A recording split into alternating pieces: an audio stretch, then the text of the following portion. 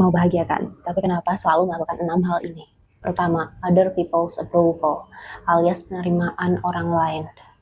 Pernah nggak sih kamu itu udah milihin foto-foto yang mau diupload ke sosial media, kemudian dengan caption yang udah diramu 7 hari 7 malam, tapi pas di hari H itu malah di-undo, atau bahkan di-save ulang kembali. Karena kamu itu merasa khawatir orang bakal ilfeel sama kamu, ada yang janggal.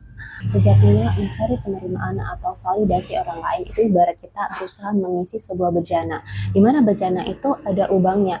Jadi kapanpun kita berusaha untuk memenuhinya, sampai kapanpun nggak bisa.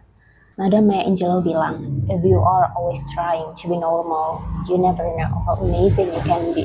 Dua, perfectionist dalam segala hal. Dari sebuah percakapan misalnya, ketika kamu trying to start a conversation towards people around you, tapi kamu nggak mulai-mulai nih, khawatir salah ucap, starting your project, building, khawatir nggak sempurna di tengah jalan. Kadang juga perfeksionisme itu nggak lahir dari high standard. Instead, it's coming from fear, judgment, failure, or even coming from feeling not being enough. Padahal sometimes being good enough itu is actually exceeds perfect. Ketiga, mengontrol segalanya. Padahal dengan fokus ke apa yang bisa kita influence aja. Seperti mengontrol respons, pilihan hidup, attitude. Keempat, ilusi produktivitas. Hidup di zaman yang serba hustle-bustle culture ini, kita seolah-olah dihadapkan pada suatu kondisi di mana kita harus meyakinkan diri kita bahwa kalau kita nggak produktif, kita bakal tergerus. Kalau kita nggak produktif, keberhargaan diri kita itu bakal berkurang. Dan kalau kita nggak punya produk, kita bakal jadi outputnya terus. Padahal by taking a rest is not wrong. It's never wrong. And it doesn't have a correlation with laziness. Rest is necessary. Kelima, hal yang bikin kita nggak bahagia lainnya adalah definisi sukses orang lain.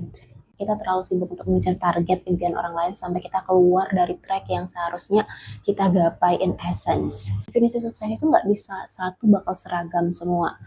Never one size fits all, never. Habit terakhir yang selalu bikin kita nggak bahagia lainnya adalah the next big milestone.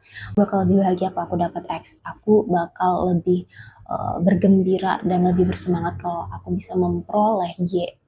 Gak ada salahnya, setiap manusia memang selalu ingin tumbuh, berkembang, dan beradaptasi. Tapi kalau hedonic treadmills ini selalu diperlakukan secara mentah-mentah tanpa diiringi oleh gratitude alias rasa syukur, maka contentment kita bakal susah untuk encourage. Memang bicara itu mudah, praktiknya yang bikin kewalahan sometimes.